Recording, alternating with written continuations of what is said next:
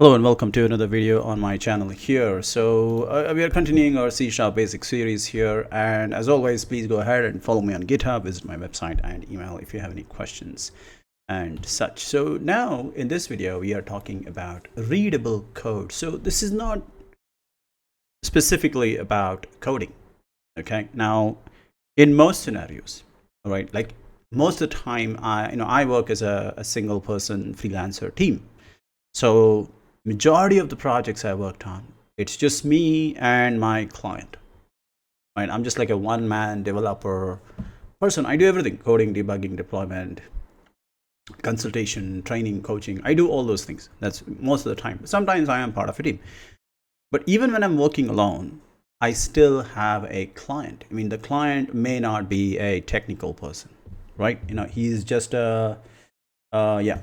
So the client may not be a technical person, but he's still taking delivery of the code. Clients who operate alone are usually fairly business savvy. They may not be programmers, but they will have some idea about what they're doing. So they'll ask questions and I have to explain and things like that. So even if they don't know what I'm coding, because they are not programmers, they still see what is happening and stuff like that. But majority of the scenarios, most of the time, you won't be working alone. You'll be working with even a small team of developers. We'll have at least 2 developers, 3 developers, and of course going up to hundreds and thousands in case of large organizations. So which means the code that you write, it has to be readable. Like when you're in school and college or something, you take handwritten notes. You want to make sure that it is readable. Like when you write an exam or an assignment, the writing should be readable at least by your professor. Because you might be very good at a subject, but if you don't write legibly, the professor may not be able to understand what is written, and you might lose marks for that. Similarly, when you're writing code, it's important that you do what is called as a readable code. That is what this chapter is about. It's more like some knowledge which makes you a better developer. I like to use the word developer etiquette. There are some things that a developer has to do. You don't have to do it. It's not really part of your job, but if you do it, it makes you a better person, like a better nice in the team or something like that. Now there are some simple rules that some of them I follow myself, some of them are from the material I'm referencing and all that. So one of the simplest ways to make sure your code is readable is by using variable names that makes sense. So let's fire up Visual Studio here, and I have my example code as always, which the link which I have put in this one. So let's go ahead and get Visual Studio here. Now I'm going to create a new project, console app. Let's call this readable code. Very nice. See again here, let's start with here. So when I'm creating a project, now this is just a dummy project. The example code is already there on GitHub. But even though I'm creating something which is temporary, you can see here that I gave a name called to delete. So I could have called it anything. I could have just called it new folder. I didn't have to take an effort to put the name something like to delete September 18, 2024. But I did take the effort to give it a meaningful name, so that at the end of the day, like once I'm done recording the videos for today, I know when I look at that folder tomorrow or a few days down the line when I'm doing some cleanup of my files on the computer, when I look at the title, I know that, okay, on September 18, I probably did something, and I'll remember that, okay, I was making these recording videos and it says clearly to delete. That means that is a folder that I should be able to delete without worrying about losing anything important. See, that's a perfect example of meaningful names. That's what we're talking about. So when I talk about developer etiquette, when I talk about readable code, it's not just about names. It's also about file names. It's also about folder names. It's also about project solution names. So everything has a meaning attached to it. And as I did here, so now here I didn't even notice I did that. I've been doing like this. I've been following these developer etiquette, developer principles for so long. It just comes to me unconsciously. It's just part of my lifestyle. Okay, so there you go. So again, even in the project name, I've gone ahead. I mean, I could have just called it Hello World. I didn't have to take the effort to type in a meaningful project name, but I still did that, so that whenever I open it, like right now when I'm creating, it's a minor matter. It doesn't affect the quality of the video, but I still do it anyway. So that's what I mean, like meaningful names. That's what I meant. Meaningful names for variables, meaningful names for projects, classes, interfaces, folders, everything. Okay, so here I could do some, if I'm, let's say I'm adding two numbers, I could really do something like var variable 1 equals 10, and I can do that. And then I want to do the, I can say variable 3 is equal to variable 1 plus variable 2. Now that is fine. I'm trying to add two numbers and it works perfectly fine, but it is not very clear what are these variables supposed to do. So it's not a good variable name. So I could do, but what would be better is I do something like var, and I can say first number. So I'm going to uppercase every second word. So here I'm going to say first is lowercase f, and then n is uppercase. That's camel case, equals 10. Then I'm going to say var second number equals 20, and I'm going to say var addition result, again camel case, right, is equal to first number plus second number. Now when you look at this one and this one, they're both doing the same thing. And if I go ahead and do a console.writeLine,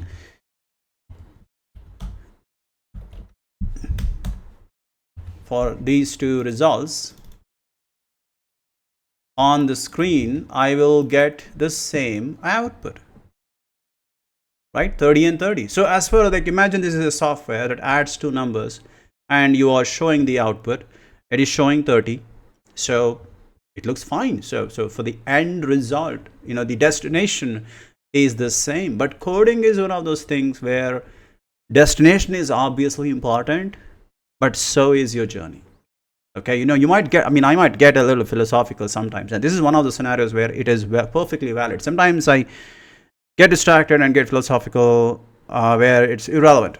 But in this video, when you're talking about readable code, yes, this is a philosophy. Make your code readable. One of the easiest ways to do that is to take a few seconds, and this is something I've noticed in my training. A lot of students and even team members, other developers, not trying to talk behind their back or anything like that, because I'm one of those guys who goes and talks to them directly and tells them the feedback, and that doesn't make me the most friendliest guy in the team. But feedback is feedback. As a senior developer, I have the duty and the right to give feedback to my fellow programmers. So take the additional few seconds, and especially in the beginning of your coding journey, you will find it really hard to come up with variable names. You might think it is easy, but it's not. Right? So take a few seconds. In the beginning of your training, it may even take you 30 seconds to come up with a good variable name. It may even take you some effort to follow a camel case. Now, I'm not a big fan of camel case. Now, I have mentioned here use camel case, but I'm not really a big fan of it. If you don't want to use camel case, you want to follow some other standard, that is fine. Like some people, like I myself, constantly use lower variables, and I use a mix and match. Sometimes I use camel case, sometimes I don't, but I do like to keep it consistent as much as possible. Like I have many example projects in my GitHub. I already shown it in some of the videos on my channel. You can check it out, and I do maintain some consistency in terms of where what goes and so on. So you can come up with your own rules as well. So that is fine. Okay, so there you go. That is about variable names and also about using camel case for variable names. Now, next thing that it really makes thing is using white space. See, look at this. Again, this is something I do very unconsciously. I don't even think about it. I just do it. Like when the code started, without even thinking, like instinctively, I went here and I pressed enter and I added this white line. So this line number 3 here, it is a white line. I do that. I just do it. I don't even think about it. Again, when I created two variables, after that, again, I left a white line space without even thinking. Again, I left a white line space. I did all these things. Maybe here, this is an extra white line space, so that's not required. But now see how nice it looks. This is like one block of code. This is another block of code, and then the output. So again, white space will make your code readable. Like right now, we only have 13 lines of code, but in a real project, you could have hundreds of lines of code, thousands of lines of code, and leaving white space makes your code look nice. And this is not just, yes, it is important that other people in your team are in a position to understand what you're typing, but it is not just about them. Now you have to understand, as you work on a project, you're working on a project for 1 day, 1 week, 1 month, sometimes for years, and so many times you have to go back and check your own code at a later point of time. And believe it or not, If you don't do readable code, you will find out that you can't read your own code. And that's really bad. I mean, at least when somebody else write bad code, you can go and blame them that, hey, what kind of coding style is this? What kind of layout is this? What kind of terrible naming is this? Sure, you can vent out and it might even be valid. But when you can't even read your own code, now who are you going to vent out to? You made this mistake, you messed it up. So to avoid such a scenario, it's very bizarre as well. Like, imagine you're working on a project for a few months and then you're talking to a client and then you get an error and you go back and look at your own code and the client asks you what's going on and you're like, you're not able to understand what's happening here. And then that's going to be really ironic, bizarre even. The client might even say, you wrote this and you're telling you can't even read your own code? That's just bizarre. It's like you can't recognize your own handwriting, like in some movie where a guy has amnesia or something, but you did not have amnesia. You just forgot to follow the developer etiquette. So that's another reason. So white space, again, helps you to go ahead and make your code readable. Now, the next thing is, I've talked about this. I believe I already made a video about this previously. Let's, where is that? Hold on. Comments. I haven't, I believe I made the video number 3, C# code. I think I talked about comments. So again, comments are, there are 2 types of code, just to quickly show you. So you have comments like this, you can see it in line number 1, // You can also have group comments, like, let me just make this whole group a comment. Control K, Control C.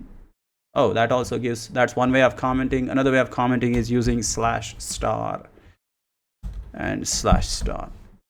Okay, comments are an excellent way to leave behind notes. Let me know right now in this code, I don't have any meaningful comments. So let's write that. So here I'm going to say, first block of code showing a bad way of using variable names. And then second block of code showing a bad way of using variable names. Down, here we go. And then here finally I can add another comment. Finally, showing the output which is not affected by the naming convention used above. So once again, here we only have like about 20 lines of code and comments. You can look at it even without comments. You can get an idea, especially with the variable names, especially with the white spacing. You can tell yourself and your teammates can tell what you're trying to do. But that is still a little bit of guesswork though. Now comments take the guesswork out of the equation. Okay, and this helps you yourself in the future. So you did some, let's say you implemented some complex authentication module in your project. Okay, now I mean I have worked on authentication. It is a lot of code just to get the tokens working, just to get the login working and all that. And you have a lot of things, a lot of code, a lot of libraries being imported, a lot of settings being attached, a lot of interfaces being implemented. And then what happens? You learn so much. But the thing is, authentication is one of those things you only do like at the beginning of the project, but after that you kind of forget it. Unless you get some error that you have to debug, you never come back to the authentication component.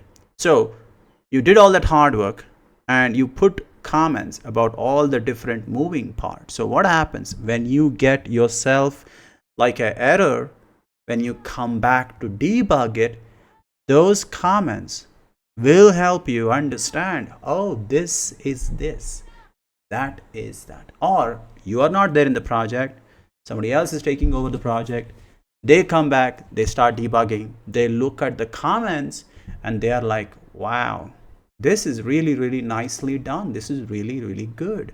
And you know what the best part is?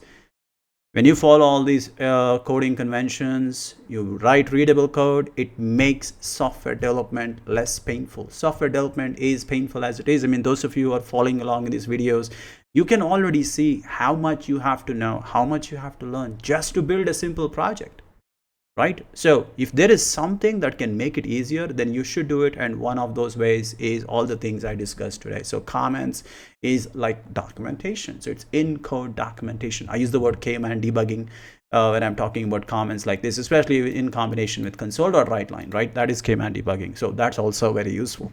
So there you go. So that is about readable code. And finally, this is something, also something I've used. So in Visual Studio, I don't know about other editors, but in Visual Studio, you can do what is called as regions. So let me do that. So you can go, let's say a first block, right? So I can go ahead and say hash region, and I can say first block, and I can say end region. Okay, very good. And here I'm going to say hash region second block and end region. So what happens is when you do regions, you get like you can collapse sections of the code. Now, right now, it doesn't really make much of a difference because you only have 3 lines of code and you're not constantly scrolling up and down. But in big projects, in big files, the file can go to thousands of lines, and it can get very annoying when you have to scroll down a lot. It can get annoying, and it is annoying, and it is a huge productivity vampire. It just sucks time like anything.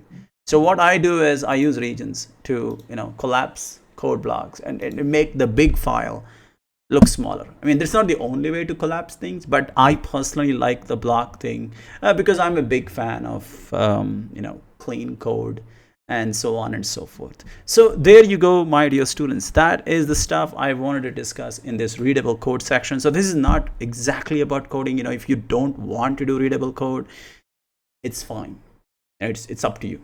Okay, it's really no problem. But if you do that, I promise you, it does help you. It does give you a reputation of a person who is also has an etiquette side of coding, and it really helps. I mean, it does help me. My clients always say, even when let's say I've written some code which is not that good or something, it's not great or something, but they do always say that whatever I've written, even if it's not of high quality, at least the code is laid out clean. The documents the comments are very, very useful. The variable names are very informative. So it always helps with your reputation. So there you go. That's what this video is about. And I'll see you in the next one.